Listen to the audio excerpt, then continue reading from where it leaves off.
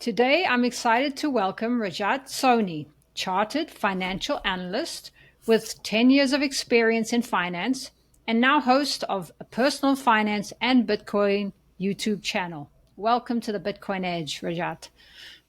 Appreciate you having me. I'm looking forward to this conversation. I'm excited to talk to you too. Tell us a little bit about yourself before Bitcoin. Where are you from? Where are you living? And what did you do before you found Bitcoin?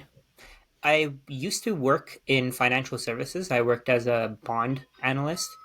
I worked in fixed income, and I was constantly surrounded by people talking about yield, people talking about uh, just all the finance stuff that where most people are confused about. I mean, most people don't really quite understand it. But I mean, I started realizing over time as I studied Bitcoin, over as I studied where this thing could go, I started realizing that the legacy financial system is intentionally made very difficult to understand because that's the only way for wealth to be concentrated with the wealthy. The wealthy essentially want to own their wealth forever. They don't want to sell their assets, their stocks, their real estate. So what they do is they just borrow against those assets and they use them to pay for their lifestyle. Plus, at the same time, they get to save for the future by owning those assets. So once I kind of discovered what Bitcoin is, once I looked into it, once I studied it, it's pretty difficult not to see where it's going. And after that, I mean, it's completely different. I used to work a 9 to 5. I switched over to running my own business. It hasn't completely taken off yet, but I mean, I'm getting there over time. It's just compounding. It's just work that you put in, and eventually it grows. But that's what I've been doing over the last 10 years or so. I did my CFA designation, the Chartered Financial Analyst designation. I did uh, accounting and finance in school. So I have I don't have a very, I'd say I have a pretty deep knowledge compared to the average person on how the financial system works. But of course, there's always things to learn. I'm constantly trying to learn more, constantly trying to find out things that maybe I haven't picked up on yet. And that's my journey to getting to this point. And I've heard you say that in school and in all your learnings, you didn't really learn about the history of money or any of that financial background, right? So most people who study a chartered financial analyst wouldn't really be asking what is money. No, definitely not. I think the main assumption that we make in the current financial system is that the US dollar has no competitors and it never will have competitors. I think a lot of people in the financial industry, they're just seeing it that way, and they understand that because of the US dollar, because it can be created at will, it's a way for them to take advantage of the financial system. So it's just snowballed into what it is today. So right now we have this massive wealth gap where a small group of people own a ton of the houses while there's people who can't own anything. There are new generations that are coming up. They have no hope of ever owning a home because somebody at the top owns 1,000, 10,000, 50,000 homes because they just want to keep renting them out and earning yield. So this yield thing is kind of, in my opinion, what's created the wealth gap. We've started using houses, which are supposed to be shelter. We started using them as money because the money that we have doesn't work the way it's supposed to. So I think a lot of people don't even think of it that way. They just assume that the US dollar is going to be around forever. They assume that real estate is always going to be an investment. They assume that stocks are always going to be an investment. All those legacy assets, they think that the status quo will continue to be the status quo forever. But after going deeper, really learning how this thing works, really learning the tech. I don't have that deep of a knowledge on the technical side of things, but I'm trying to learn. I don't have a computer science background or anything like that, but trying to learn as much as I can. But after going deeper, if Bitcoin fails, I mean, of course it can. It always can. There's no guarantees of anything, but I think based on everything that we have right now, Bitcoin is probably the best opportunity that anyone can have in their lifetime. Like in the next 100, 200, 300 years, it's very likely that Bitcoin will be the thing that takes over everything, every monetary good that we have. It's going to extract the monetary value from rental properties. For example, a lot of people who own rental properties right now, a lot of people in the legacy financial system, they enjoy rental income. They can increase prices. They can basically just hold on to properties for however long they want to, and they can keep living their life, and they can live their life based on somebody else's work, which I don't personally think that's how it should be. I see that as a massive problem, and it's actually playing out. More and more people can't afford homes. More and more people can't afford their day to day lifestyle. They're struggling to pay for food. They're struggling to pay for their utilities. At the same time, there's a class of people at the top who can live extremely luxurious lives. They can have yachts. They can have vacation homes. They can have the fastest cars because the financial system is literally designed to help them do that. So I hear you talking about the people at the top, and they are probably the last ones that are going to come to Bitcoin because they don't need it. And yes, we'll give people credit because they worked hard, but the system is set up to, once you know how to work it, that you can benefit the most. And do you think that about, the wealthy? Everyone needs Bitcoin. We know that, but they need it less than people who have some pain in their life or who are not being able to afford a house right now. I think everybody needs Bitcoin regardless of the amount of wealth they have. Because for a wealthy person, let's say you have $100 million in assets. Every year that you don't buy Bitcoin, you're losing 10 million, 15 million, 100 or like $30 million in a way, right? So if you think about it, somebody who has $100 million real estate portfolio today, they can get 100 million. What's 100 million divided by 70,000? Let me see. I'm going to do a quick calculation. 100 million divided by 70,000. So right now they can get something like 142 Bitcoin, I believe it is, something along those lines. But 142 Bitcoin in the near future, they're going to get 14 Bitcoin for that portfolio. Then they're going to get 1.4 Bitcoin for that portfolio. So to them, I think protecting their wealth is extremely important because they own something that everybody else wants. Let's say they own a ton of real estate. If they get rid of that real estate, if they redistribute those properties to anybody who wants them, they're going to fulfill demand. They're going to bring prices down. They're going to make life a lot easier for the rest of the world. Like if you think about it, MicroStrategy. Do you know about MicroStrategy? So they Yes. borrowed like $5 billion worth of Bitcoin, or sorry, worth of dollars, $5 billion to buy Bitcoin. What would have happened if instead of buying Bitcoin, they bought single family homes? If they turned into a single family home hedge fund, that would have boosted the prices up of houses significantly. So I think if the worst case here is that if wealthy people get on it early, if anything, prices of everything else is going to drop. So I mean, I think it's beneficial to both. If even if we do go to a Bitcoin standard at some point, the way that I see it, it's going to benefit the people at the bottom as well because they're finally going to be able to earn a form of money that they don't need to spend on, let's say, an asset, on a stock, on a real estate property. They don't need to do that. They can just hold on to that asset, and that's what most people want. So just based on the conversations that I've had with tons of people, I do coaching sessions, like one-on-one sessions, where people talk about their goals, their dreams, where they want to be. People don't want to invest; they just want to save. That's the main thing here. Most people don't want to take extra risk. They don't want to own the S&P 500. They do it because they have to. They're forced to do it. So if the form of money that they earn from their job, eventually people will be earning Bitcoin. They'll be earning Satoshis. If the form of money that they're earning doesn't need to be invested, they can just have savings. They can have more stability. They can actually invest in themselves. So instead of having to buy all these S&P 500 companies, instead of basically crowdfunding companies like Apple, Amazon, Microsoft, people can do their own thing. They can follow their own path and they can innovate on their own. They can solve problems that maybe they have. And because they'll have the funding to do that, because they'll be able to save, I think the world is coming to everything is going to change. The way that I see it, things are all going to change.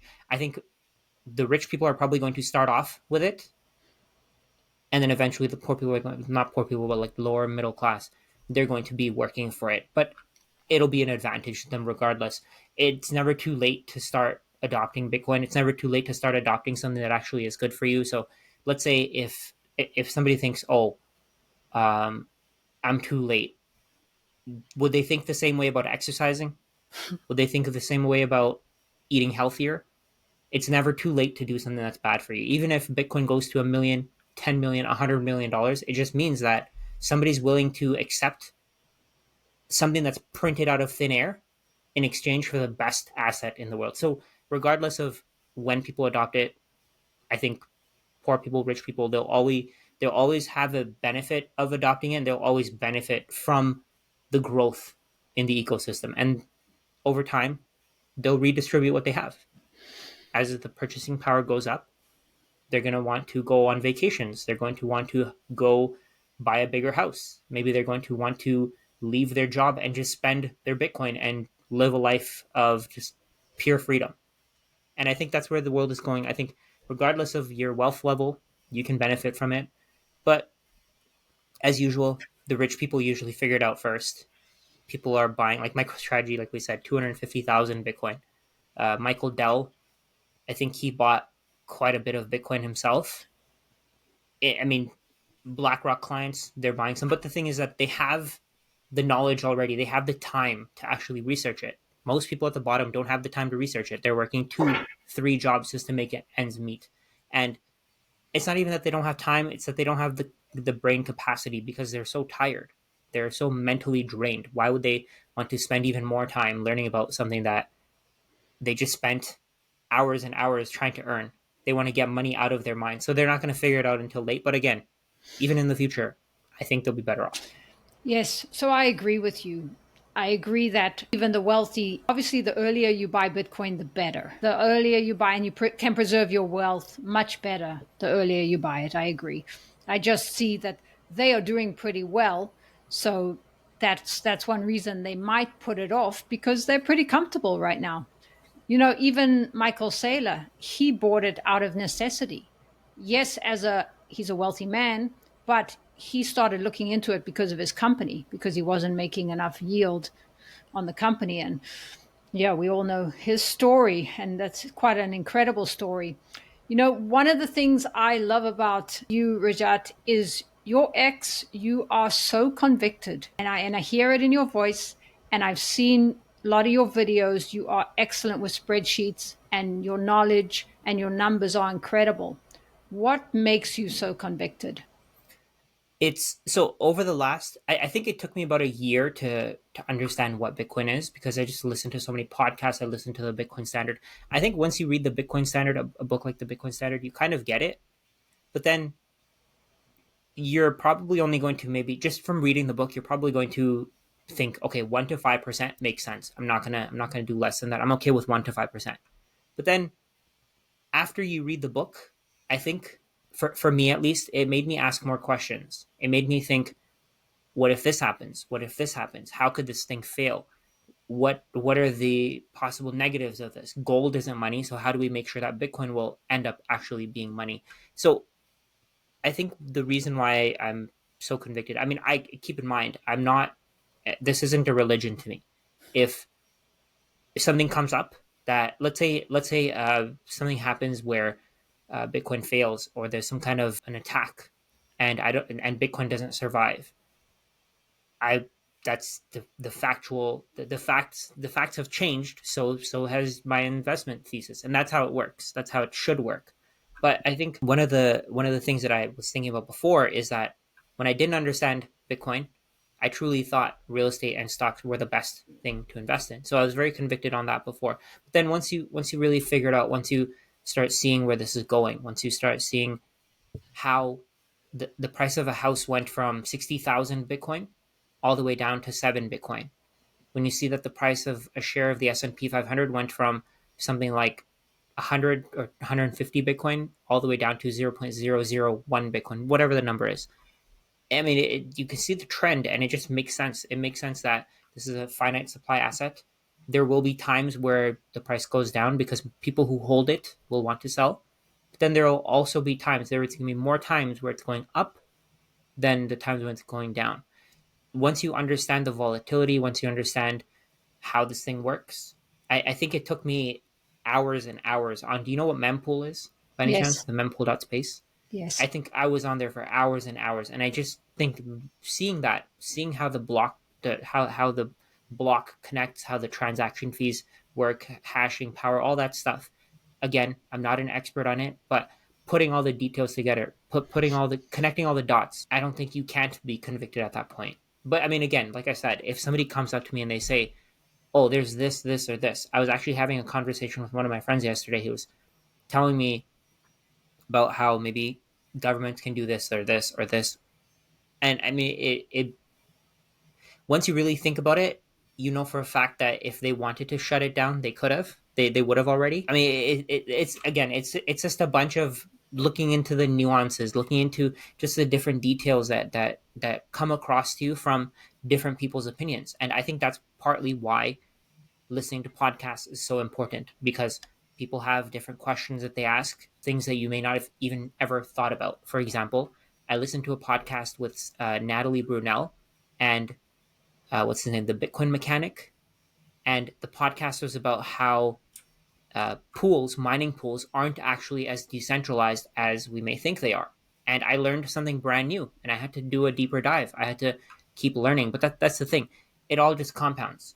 Once you figure out the basics, you move on to something else. Then you move on to something else. You move on to more niche areas that other people may not even have thought of. And I think one of those things that really got me convicted was there was a video by some liberal account. They were talking about how it's. I think it was basically a socialism account, but and that's perfectly fine. I like looking at different perspectives. I don't generally agree with socialists, but in this case, what he was saying is that real estate is a way to extract wealth from the poor. It's essentially extortion. Not the words that he used, not the exact point that he was making, but I mean, it kind of got me thinking. The entire system right now is designed to do that. So the conviction, I think, comes from the fact that we have nothing better, and I don't think we will have anything better for a very, very long time unless we go to a fifth or sixth dimension and we figure out how to travel through space and another colony has a better solution for money. I don't think that's going to happen. Yeah, those are good points. I read the Bitcoin Standard second. I read Jeff Booth's book, Oh yes, The Price of Tomorrow first. Have you read that? I haven't, but I've listened to a lot of his podcasts. I think I quite. I think I don't. I probably maybe I misunderstand certain things, but I think I get the main ideas that he's trying to put across. He's a really smart guy. His podcasts basically have everything.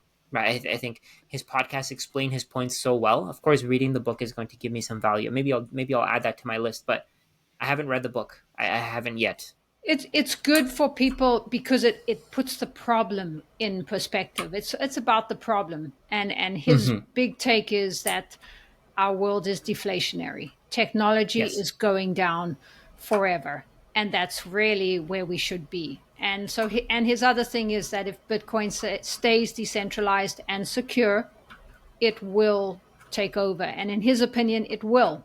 And he is a technology investor, so he gives lots of examples of the exponential growth of technology, which is also what Bitcoin is experiencing. It's hard to feel that right now because in Twitter, we're in like an echo chamber. All of us are convicted, but we still need the rest of the world to come on. You know, even I watch some of your videos and I agree with everything. I see it the same way.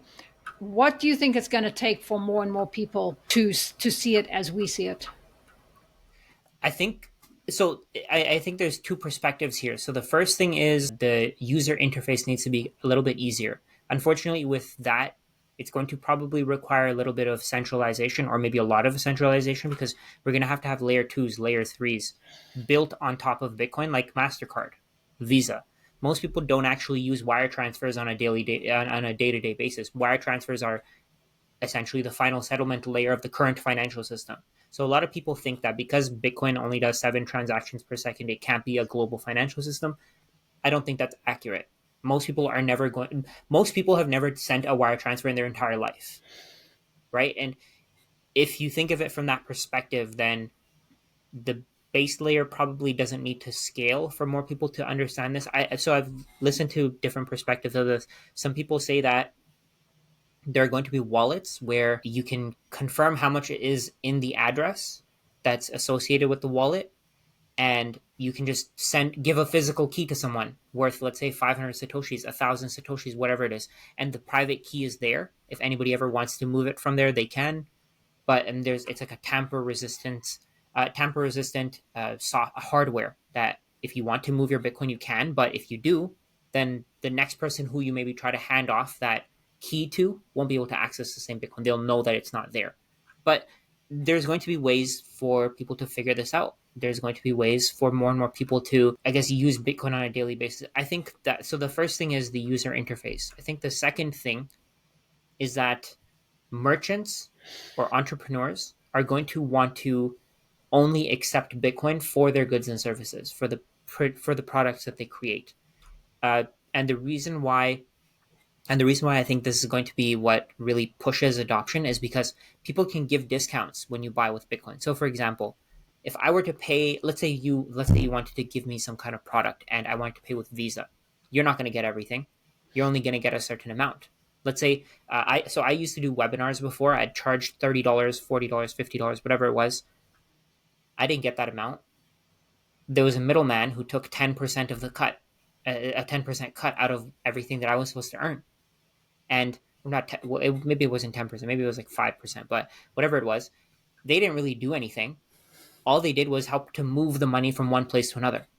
And when merchants see that we don't have to pay these 3-4% fees, instead we just receive Bitcoin, let's say on Lightning, put it in your wallet, and then you can use that Bitcoin to pay for your expenses, and you don't have to deal with Visa, MasterCard, banks. You don't have to deal with overdraft protection. You don't have to deal with having to borrow money. I think that's that's probably what's going to trigger um, a lot of new users because they're going to need Bitcoin to save money on their purchase. So let's say you're regularly going to a certain store, and the store starts giving you an offer where if you pay in Bitcoin, they'll give you 10% off, or they'll give you 15% off. If I'm regularly spending somewhere and if let's say for my cell phone bill, I'm with a company in Canada, and let's say they say, okay, if you stay with us, we'll give you 10% off on your bill. I'll have a reason to spend my Bitcoin because now I can save. But then what I can do is once I send the Bitcoin to them, I can spend and replace. I can buy back whatever Bitcoin I spent, put it back in my wallet, and I'm good to go. But I saved some money on that transaction. If they give me a 5, 7, 8% discount, why not? It's a no brainer. I think that's what's going to push a lot of people into this. I think that's what's going to push a lot of people into really looking at it, setting up their own wallets, creating something that makes this easier will obviously do the trick as well. I think there are multiple routes that we can take, but I think the merchant one is a little bit more powerful because as entrepreneurs figure out what Bitcoin is, they're not going to be want to they're not going to want to be paid in dollars because what they're producing took time, energy. It took a lot of effort to produce. So why would you want dollars? I mean, it's going to be a few years from now. I still accept dollars because that's just the way that the financial system works right now.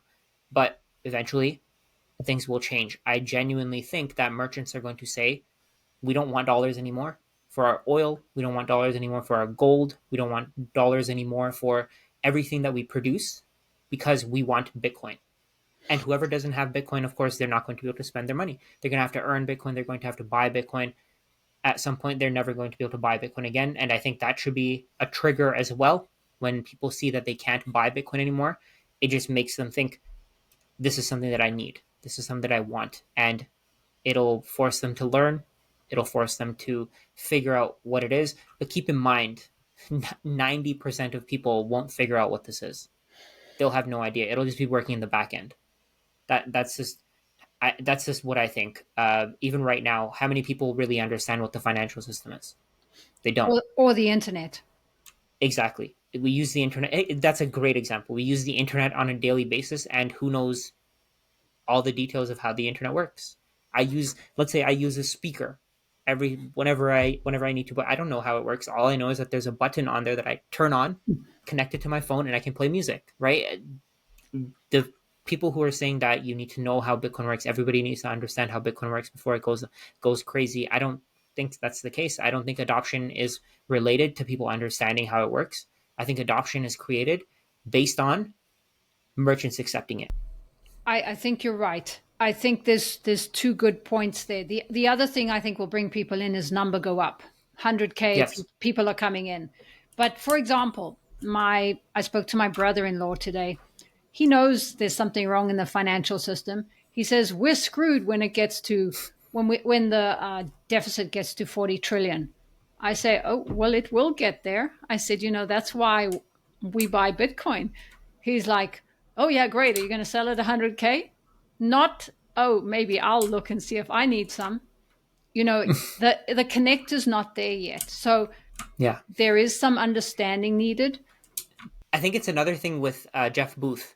People look at it from the lens of the dollar. They don't look at it from the lens of some different currency. People just expect that U.S. dollars will always be valuable. All they see is that U.S. dollars can buy them utility, and that's what they want. They don't care about the actual technology. They don't care about Bitcoin. They don't care about what Bitcoin is solving. They don't understand the central banking problem. They don't understand that money is even being printed. If you go to a random person on the street, they're not going to say, if you go to a random person on the street and tell them, hey, the money that you have in your pocket was printed out of thin air. They created it and they gave it to you. And now you spend it on things. You earn it and they printed it. I think once people see that, they kind of, it doesn't make sense to them. But if you see it multiple times, if you keep seeing it over and over, that this is part of the reason why I post so much. If people see it over and over and over and over and over again, it starts clicking. It starts making sense. And that's part of the reason why I do what I do. A lot of my followers, a lot of people who are subscribed to me on YouTube, they had no financial background. Everybody who followed me on Twitter, I used to post purely about stocks and real estate. To these people, it was a brand new asset. And keep in mind, 15,000 people unfollowed me, right? And even with that, of course, over time, the network grew, the my platform grew, and now more people are learning from me than ever. But that's just how it is. There's waves of adoption. I'm not sure if you've read the essay, The Bullish Case for Bitcoin. No, I highly recommend it. He talks about something called Gardner hype cycles, I believe it's called. But essentially, what it is people try to figure out what this thing is. They buy it, and then other people, as the price goes up, the people who don't understand it at all, they start buying near the top. Let's say last cycle's 70,000 people bought at that price. Now people are just using that as almost a base price. They're thinking if it doesn't go above 70,000, this thing's a scam. They don't realize that the people who bought at 70,000, they bought out of hype. And the fact that this thing is at 60,000 right now, and it's been at above 50,000 for almost 200 days, maybe more than that, that on its own is mind blowing because it means that more and more people are willing to buy it, and any sellers are getting the price that they want. At this point, I would personally say that it's a seller's market because sellers can keep asking for more and more money, and they'll get it because the buyers have not had their demand fulfilled yet. And yet we still technically are not in the bull phase, in the full bull phase of the market yet. Yeah, it hasn't gone vertical yet, so No. So that's to come. So let's talk about real estate. Since you and I both have been in real estate, I'm still a realtor in Miami. My story's a little bit funny. Went into real estate because I wanted to preserve more wealth. And I realized I wasn't going to have enough for retirement. Let me buy real estate as an investment. So I bought my first property in the beginning of 2020. COVID hit. I started studying Bitcoin and I ended up selling that property for Bitcoin this year, mostly for Bitcoin. And because I saw that with property comes management, comes taxes, comes managing the tenants, and a lot of different aspects. Did you notice something similar with real estate versus Bitcoin? I know you post about it a lot. I never owned rental properties of my own. I did own some REITs, REITs are real estate investment trusts. Not sure if your audience knows. I don't even know if my audience knows. But real estate investment trusts are basically financial institutions that buy properties and they split them up and they share them with people. It's like buying shares of a company, but you're buying shares of this house essentially. So I used to buy some REITs. I used to tell my wife to buy REITs, and because of course, the yield, because real estate has always performed, it was a no brainer. But it's only a no brainer if you assume that US dollars will always be the form of money for the world. Real estate only goes up because, I mean, of course, there's the supply and demand, but in the US right now, I'm not sure if you know this, but there are something like 15, 16 million houses that are unoccupied. So what this means is that there are more than enough houses. They're just unoccupied. Some of them are in escrow. Some of them are just in such bad condition that people don't want to live in them. But if the prices of these houses and the land dropped and we weren't able to create fake money to fund the purchase of houses, people would be living in these houses and the demand will be it would be fulfilled. But the issue is that there's so much money to be made from keeping real estate as a financial asset that there's no incentive to change it. So I think what Bitcoin does is, instead of relying on governments to build more houses, I think Bitcoin gives entrepreneurs an incentive to build more houses. It gives the people who hoard as many houses as they can an incentive to sell what they have and instead buy Bitcoin. Like, let's say, for example, for yourself, you said you owned a rental property because you wanted to retire. You got rid of it. You added one house to the economy. Now somebody who wants to buy that house got to buy the house. Maybe they're living in it. Who knows? Maybe they have a rental agreement with someone where somebody's renting the property from them. But I think what's going to happen is eventually every house is going to be owned by the person who occupies it. And I think that's where the world should go because housing is shelter. We need houses to have a basic standard of living. And a lot of people don't have that. There's the Maslow's hierarchy of needs. At the very bottom of it is shelter, but we've turned shelter into something that is a financial asset. I know a lot of people compare real estate and grocery stores, but it's not the same thing. When you go to a grocery store, you take food from them. They have to stock up that food. They have a lot of work to do. They have to hire employees. They have to do a lot of work to actually give you that food. So they're taking a slight profit, even with grocery stores. Their profits are razor thin. They're earning 1-2% in profits, which means that when prices go up, they have to increase their prices, and they're not price gouging. They're finding a way to get us the freshest food possible, and there's a lot of spoilage. There's a lot of people damaging property products that they sell. So they're not the same thing. With real estate, somebody owns a house, they keep it for however long they want to, and then they rent it to someone. They're essentially selling the time value of the house. They're forced liquidating the time value of the house. They're turning that into their own consumption. They're using it to fund the payments for the house. They're using other people's money along the way, the entire way. This is part of the reason why there's that massive wealth gap, because the rich can borrow from the poor who don't have that much money. They can borrow from the poor. They can borrow as an aggregate from all of the poor, and they can buy houses and they can increase demand for houses. And then they can turn around and rent it to the same people who they borrowed the money from. That doesn't make any sense. I think what Bitcoin is going to do is it's going to show you all of the flaws of that system. It's going to make those flaws apparent to the entire world, because just holding Bitcoin, you can earn 50, 60% returns every single year. Of course, maybe that'll drop. Maybe that'll drop to 20, 30%, but it's still better than borrowing a few $100,000, potentially going bankrupt if the real estate market drops, and getting 20% returns on real estate. But I mean, the returns aren't even that high, but getting 20% returns versus 50% returns of doing nothing. 20% returns of doing so much work, you basically have a part-time job. I think that's what the world is going to understand. That's what the wealthiest people among us are going to figure out, and they're going to dump their properties. They have no reason to own those properties. If anything, even if they don't dump anything, maybe they'll get rid of 10%. Maybe instead of buying another house, they'll buy Bitcoin, and they'll see Bitcoin's performance, and then they'll start selling their property portfolio to buy more Bitcoin. I'm not sure if you know about Gary Cardone, Grant Cardone, those two. I think Yes. they're huge in Bitcoin now. They've started getting rid of their rental properties. They've started getting rid of their silver. They've started getting rid of their gold because they know that Bitcoin is the best asset. Once you study it, it becomes so obvious, but that's the stage that most people aren't at yet. Most people haven't studied it. Most people haven't spent more than 5 minutes reading headlines. They haven't read the white paper. They haven't listened to a single podcast. They haven't read the Bitcoin Standard. And I think that'll happen. Eventually it will.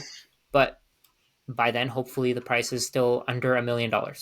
Yeah, I think Gary Cardone is in Bitcoin, but I don't think Grant Cardone has bought yet because I hear Gary say on his Ah, channel that my brother doesn't need it yet. He does so well. But oh, okay, okay. but I know Gary did sell his silver for Bitcoin and his house Yes, and a house. So, yes, what you're saying is our financial system is set up to benefit those who own assets. And when I was studying, how can I, you know, do better and have enough in retirement? That's what I learned. Wealthy people own assets that go up in value, like real estate, gold, stocks, and poor people don't. And that's what you got to do.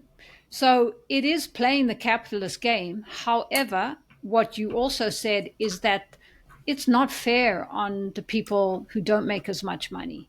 And I don't feel good about that anymore, right? I know everyone's entitled to own many homes, but the Bitcoin system is going to incentivize us to just save our wealth in an asset that's going to go up in value against everything else forever. Whereas that old system incentivizes the wealthy to get wealthier and the poor don't know what's happening. And information's there. You can go study it. But unfortunately, not everybody knows. I agree. I think what it's going to do is instead of people buying stocks, people just blindly buying the S&P 500, they're going to invest in themselves. They're going to invest in their skills. They're going to invest in learning more, in starting businesses, in figuring out new things, spreading their knowledge, and being creative, because they'll have the safety, the emergency savings fund, or just the safety of savings, because they know that they're not going to lose their home if because the savings that they have lost so much value, and they can start planning for the long term instead of thinking short term. There's another concept here: time value. Because of how fiat currencies basically expire, people are given an incentive to think short term. They think about, oh, I can take on this debt. Who cares about the credit card interest? I can entertain myself. I can go on various trips. I can do all this and that. But I know for a fact that in the next 10 years, the value of my money is going to decrease anyway. So who cares? It doesn't matter. I'm okay with it. Most people just save in dollars. Almost the entire world is saving in dollars. They're not saving in stocks, real estate. So the people who are saying that, oh, stocks and real estate are better, I think they're a very small minority. Yes, plus that takes management. Plus, you have to study the company. You have to know that Elon Musk is going to be, alive to run the company and keep things Yeah. going. And then, of course, yeah, the real estate takes management, and not everybody is up for that. Yeah. I don't think people see all this. I'm originally from Zimbabwe, and the people who make US dollars there think that's great. That's a solid currency, and they are happy to save in US dollars. But I think the people who make the other currency there are facing some of the highest inflation in the world. So that is another reason why much of the third world comes to Bitcoin, because Bitcoin, even though volatile in the short term, is going to hold the value better than their currencies. I was actually speaking with one of my friends from Nigeria, and he was saying that even with the volatility, Bitcoin's a better asset. Bitcoin in terms, so he lives in Nigeria, and he was saying how in terms of naira, the prices keeps going up. It doesn't. The volatility is irrelevant to him. It's more about just saving and having money for, let's say, 2 months, 5 months, 6 months from now. Because if he saves in naira, then he's screwed. The value of his money is going to decrease by 30, 40% in a year. So to him, the volatility is irrelevant because he knows that long term he'll be better off. I think that's part of what's going to really push a lot of people into Bitcoin. And going based on your story with Zimbabwe dollars, same thing. People there, they don't care about the volatility. They're not looking at it in terms of dollars because their expenses are in Zimbabwe dollar. Do they spend US dollars there or Zimbabwe dollars? Both, both. Both. Okay. Yeah. So to them, I mean, their purchasing power is going up, their cost of living is going down, and they're happy. They're satisfied with that. That's all. That's really all that matters.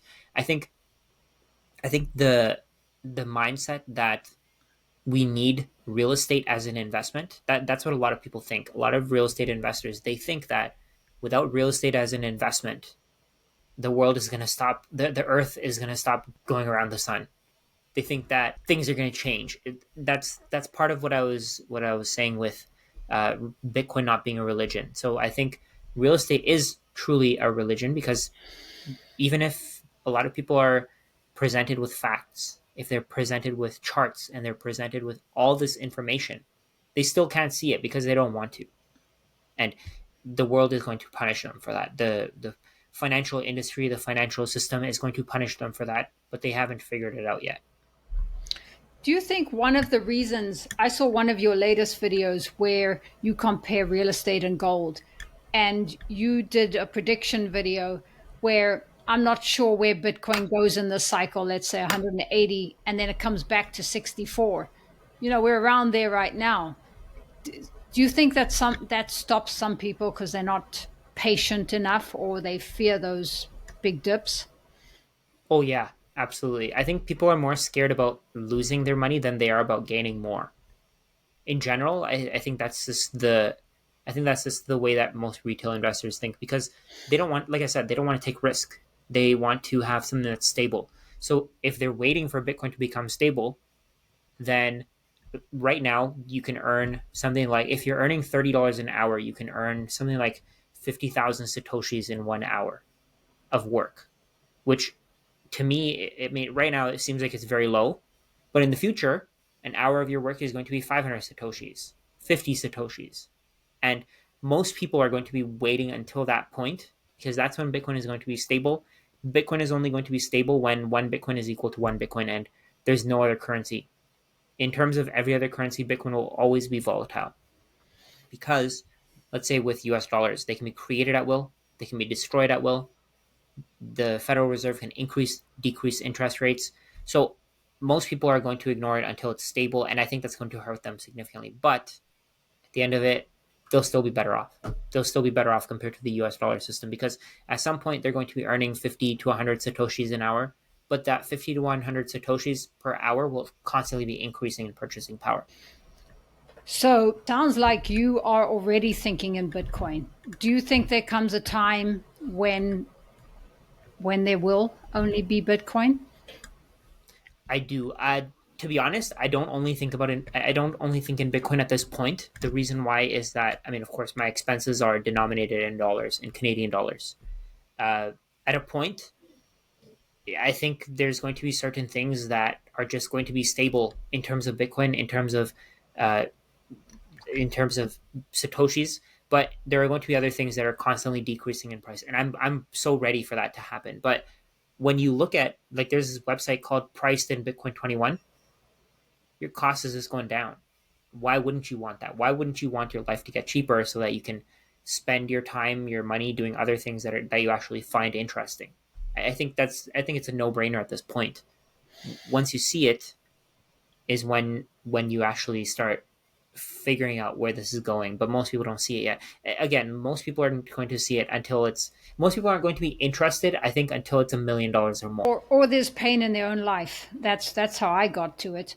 And Yes. and you keep reminding me when I bought my condo, it was 22 Bitcoin, and 4 years later when I sold it was 8 Bitcoin. And we know that long term everything is going to continue to drop in price when priced in Bitcoin. Yes. So Jeff Booth is of the belief that in order for Bitcoin to succeed, it must become a payments rail. And that the best thing that we can do is live in the world we want to see. So, in other words, the more that I think in Bitcoin, the better. And why do I want to do this? Because I came for number go up, but I stayed for the revolution. I do care about the rest of the world. I want a fair place for everybody. I want everyone to be able to afford a home. And so I like that there's only 21 million and we cannot just print another 21 when we feel like it, and nobody can. And that's the other side of Bitcoin. Yes, all the numbers are great, but this is a fairer world we live in. What do you think your biggest reason for staying in Bitcoin is? Oh, definitely number goes up. In the beginning it was definitely number goes up because when you see the charts, it doesn't make any sense not to.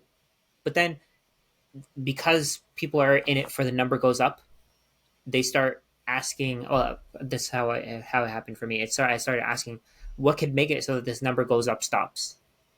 I mean, it still can. Nobody can give you 100% guarantee, but it's probably 99%. I can probably tell you with like 90 to 99%, 95 to 99% confidence that this thing is going to go up over time. And nothing else can even compete. So why stick to anything else? Even if this thing fails, you learned something new. And just even if Bitcoin fails today, I've probably gained more from Bitcoin than I would have from the legacy financial system. So to me, that's a win. Even if it goes to zero, I've learned so much about how things work, about where things are going, where the world is going, that I didn't understand before. It's almost like have you watched the movie The Matrix? Yes. It's essentially that. That's exactly what it is. It's somebody took that veil off. Now you can see clearly what the world is. A lot of things right now are just designed to get us to spend more money, to give our purchasing power to massive companies and then be forced to continue working forever. That's the goal. That's essentially the goal. But then if you're not spending, your government's going to come in, they're going to take whatever they can. They're going to charge you taxes, they're going to charge you a wealth tax. Now they're looking at unrealized capital gains taxes, which to me is just it's crazy because your unrealized capital gains came from inflation. So they're taking that, they're charging you for inflation essentially. It doesn't, the current, once you see it, the current system doesn't make any sense. Once Neo saw that the world was the way that it was and humans were just being used as batteries, he couldn't look away. You can't unsee it once you see it. And that's, I think everybody's going to come to that final resolution, that final conclusion, that once you see where this is going, once you understand it, but I mean, you have to do the work on your own. Nobody can do the work for you. Nobody can force you to do the work. Nobody can give you their knowledge. But once you have to do it, you have to see it for yourself. But once you see it, there's no turning back. That's so true. It's a deep rabbit hole, and like you said, the Bitcoin standard is a great place to start Yes. understanding what money is. And then inflation. I knew about inflation. I didn't. I never thought inflation was theft, though. I don't think most people do. I don't No. think most people see inflation as theft. They don't Yeah, they even. don't. They don't even blame. I don't even know if they blame the government entirely. Well, they do. So, okay, we're at blaming the government maybe, but people do not know how the system works. And once you understand that, that's when I'm like, this is not right. And especially if you're doing a job you don't enjoy, then you are on that hamster wheel and not enjoying it for what? For then to be taxed, like you said. So there's many reasons why people come. The pain, something's not right in their own life. For number go up, and then we go down that rabbit hole. And yeah, I love that you said even if this is not the solution, which we believe it is, it's such incredible technology with no leader. That's wonderful. Even if it's not, we do need some solution to our system. And the only way that that happens, the only way that we figure out a different solution is by testing this thing out. If you don't test it, then we're not going to find another solution. So I was talking to my friend yesterday. He was saying how a lot of innovation comes from the edges. A lot of innovation comes, it doesn't come from uh, Microsoft, it doesn't come from Amazon, it doesn't come from Google, from Apple. They buy innovation from the people who are at the bottom. They pay them a certain amount, they buy it. The workers there are the ones who are innovating. It's not the CEO. The CEO is just finding ways to push strategy. So he was saying how innovation comes from the edges, and who knows? Maybe in the next 30 years, we find a way to scale Bitcoin to make it so that we can have 500, a million transactions a second, while at the same time not sacrificing decentralization. But I don't know. I don't know if that's going to happen. That's me saying that the blockchain trilemma is going to be solved. I don't think that's going to. I don't think that's possible because everything in the real world has opportunity costs. Everything in the real world has sacrifices, and the people who are, let's say, promoting altcoins that are meant to replace Bitcoin, they're faster, they're more decentralized. These are the claims that are being made. The issue with a lot of people in those communities is that they don't understand the opportunity cost that their coin is making. What's the sacrifice that your creator made to make these claims? That's what they don't quite understand. I think with Bitcoin, we know what the opportunity cost is. We know that it's slow. We know that it takes time to process a transaction, but that's part of it. That's the value here. That's what keeps it decentralized. That's what keeps it the way that the way that it is. If it's any other system, let's say if it becomes centralized somehow, if nodes are run, 50% of nodes are run by the U.S. government, and they can start controlling the system, then of course it doesn't work the way that it does. It doesn't work the way that it should. But I mean, who knows what the future holds? I think we could see something that we're surprised by. I think we could see that this thing just holds up and it does exactly what it needs to forever. I think Bitcoin just has a way of surviving and getting through things because it's consensus. It's a market consensus. All the smartest people in the world are putting in the time to understand this thing. And of course, maybe there's people that are looking past it. Eventually they'll get it too. Well, according to people like Jeff Booth, he says that layer twos are already working on that level. It's not widespread or wide known, but they are already working. So Yeah. I only see, like you said, if the smartest people are here, they're just going to keep making it better. It just reminds me, you've done videos on UTXOs and that meme pull video, which are very technical, and you do understand it at a deeper level, and that helped me too. And I don't want to get into too depth of UTXOs, but at the moment we do have to manage them a little bit. But hopefully one day that will be taken care of. I don't know. I'm not technical, but I think the only way for that to happen is if people use a layer two on a regular basis. I think that's the main thing here. So the way that I see things playing out is employers are going to pay you directly on a layer two, layer three, whatever the layer is, and then once you've accumulated a certain amount, you can use that layer two, layer three to pay for your expenses. And once you've accumulated a certain amount, you can move it to the layer one. You can have self sovereignty. See, I don't think most people are going to have that though. Around the world, don't think most people are going to be self sovereign because financial systems rely on trust. And I'm not saying that you trust somebody, you lend them your money, you earn a certain yield. I'm not saying that. That's just gambling at this point. But I mean, the way that I see it, we're going to need layer twos, which are going to be a little bit centralized, a little bit more centralized than the base layer.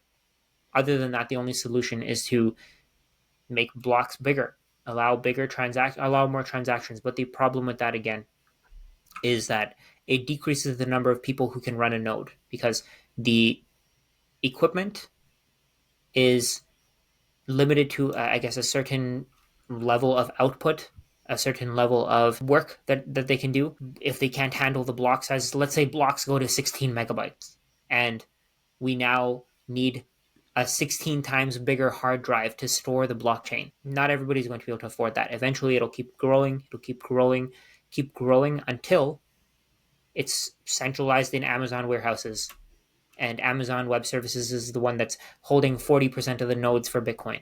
But that's not the world. That's not what we want. I think that's where Ethereum went. And I don't think we want that, because we want something that is decentralized. We want something that we don't have to worry about somebody stealing from us. We want to make sure that 21 million coins is the cap, and it never changes. And if it does, then we know that Bitcoin probably isn't working the way that we need it to. Yeah, very good points. So, is there anything else besides Bitcoin that you're really passionate about? Um, so I like playing. I know a lot of people they like watching sports. I like playing sports. I don't like watching sports. I feel like watching sports, watching somebody else get fit, it doesn't really make any sense to me. I love watching. I love playing sports. I love um, playing hockey. Actually, I played hockey before this podcast, which was awesome. Regularly playing hockey, it keeps me fit. It keeps me able to just keep moving. And I think I'm 32 right now, and I think this is the point where a lot of people kind of they give up on their fitness, and I don't plan to do that. That's not the plan at all for me. I plan to keep trying to be fit for the rest of my life. I want to be walking when I'm 90. That's the goal. So I'm passionate about that. I do a lot of research on um, weightlifting, body mechanics. I used to do a lot of research on that. I'm just constantly learning about whatever I can. Honestly, if I find a random video on YouTube, I'll play it in the background if I have to. I'm perfectly fine with that. Yeah, all kinds of topics are interesting. I mean, is there anything that you want to discuss? Well, and just on that, once Bitcoin gives us a lot of hope in many ways Yes. because it's a hope for a better world on a better system. And when you have hope for a better world, you tend to do what you love doing. And then you also need to stay healthy. So many people do go down that health rabbit hole and spend time wisely, which for you, that's playing ice hockey, I assume. Ball hockey. I play Oh, ball hockey. ball Yeah, hockey. Okay. Well, yeah, you it's are in awesome. Canada, right? So, Yes, of course, of um, course. I think just learning about Bitcoin kind of. I made a video about it, about how our food has been damaged by Bitcoin. I've made some posts about it. People they don't get it. They think, oh, Bitcoin and food, that there's no connection there. Doesn't make any sense. You're just taking this and you're making something up. You're making up a topic because you want more engagement or you want more content to post. But that's not the case. Once you see the connection, it's impossible not to see where it's going. I mean, you can see that there's. Have you read the book Fiat Food? part of it I have. Yes. It's great. There's the author is on a couple of podcasts with Safety Namus, Matthew Lishek. He did a lot of research. He went really deep down the rabbit hole to see how Bitcoin solves money, or sorry, solves food. And there are so many things there that I didn't see. But once you see it, again, like I said, you can't unsee it. Once you see the true facts, once you see the true direction that the world is taking, you can't unsee it. So before real estate, I was in personal training and holistic health. So, but Oh, mostly amazing. holistic health. So I have always known what's happening with our food system. And I have been healthy most of my life. And now I'm, in my 50s and I'm still healthy. And I believe it's because of I have avoided the conventional food because really it's full of hormones, antibiotics, if it's even real. So I got the health part right first. But along with your health, you also need to have your finances correct because you need to be able to do the things you want to do. So Yeah. I'm happy to see that as part of our Bitcoin rabbit hole too. Oh, absolutely. I think it touches everything. It touches absolutely everything. There's nothing that money doesn't touch. Everything has some relationship with money. The materials we use, where we live, what we eat, all of that has to do with money. If you can't afford it, then you, of course, can't get the higher quality food. And I think one of the issues is that a lot of people who are living paycheck to paycheck, they're the ones who are ending up they're the ones who are ending up reliant on low quality foods because they can't afford the steak, because the steak has gone up 30% over the last year. They can't afford it because if they buy the steak, they can't pay for their rent. if they buy the steak, they can't pay for their utilities. Their internet bill went up, their insurance bill went up. So I think food is something that is downstream of money, and it's something that most people don't really think about its relationship with how money works, with our the theft that we're dealing with, the inflation that we're dealing with. They don't make the connection until somebody points it out. And I think in the video that I made, I did a pretty good job, and of course, it could have been improved. It was early when I just started talking about Bitcoin on YouTube, but the connection, once you make it, it's very difficult not to see what the connection is. Yes, and then you also remind me the low time preference that we also get from Bitcoin, because I was noticing that we live in a very consumer society. I live in Miami, and then I go back to see my family in Zimbabwe, so I see a big difference right away between those two places. But it is a consumer society wherever we are. And now that I've got Bitcoin, I think twice about buying frivolous things. I still think experiences are important, spending time with family and friends. So I will spend money on that. But I think twice about the big purchases because of Bitcoin. Yeah, it's the delayed gratification that you get. I've had my car for almost 10 years. It was an old car to begin with. It was a 2009 Honda Civic. I mean, it's still running great. I've wanted to get a new car, but it doesn't make any sense to me because why would I? I'm still getting from place A to place B. I'm able to fulfill my desire to try transport myself with this car. So why would I need a new car? Why would I need a car that costs me more money?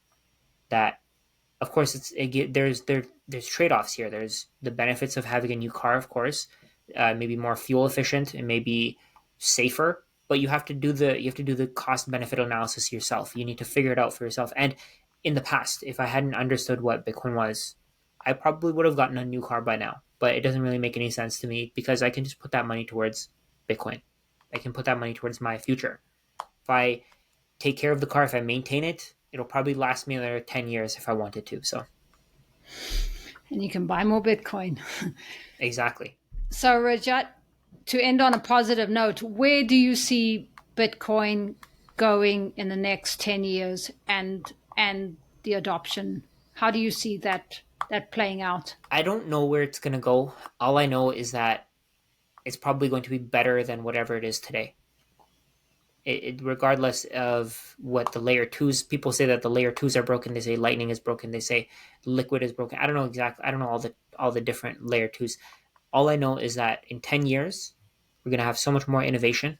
We're gonna have so many more people working on this, trying to develop it, trying to support it. I think we're going to see more and more financial institutions in it. So I mean, it's a no-brainer. The price is probably going to go up. Nobody can guarantee it, but once you see the fundamentals 10 years from now, I think it'll probably be 10, 15x higher. Yes. So tell us where people can find you. Yes, so I'm on Twitter. You search Rajat Sony Finance, you'll find me. Uh, I'm also on Instagram. I don't really post on Instagram anymore. I'm also on YouTube. I think the YouTube is the one that I'm really working on right now. Been putting out a lot of content, trying to put out videos 2, 3, 4, 5 times a week whenever I can. Um, yeah, check those out. Honestly, if you just search my name, you'll find me on every platform that I mentioned: Instagram, Twitter, LinkedIn. I don't really go on LinkedIn much, but Instagram, Twitter. I have a newsletter as well. If you're interested, it's on every. I think it's on every one of my videos, but I'll start adding it if I haven't already. So And yeah, I'll put links to your YouTube and Twitter below. perfect. And thank you so much for joining me today. Absolutely, it was great being here. I appreciate you having the time to actually interview me, have the conversation that we had. Wonderful. Thank you. Absolutely.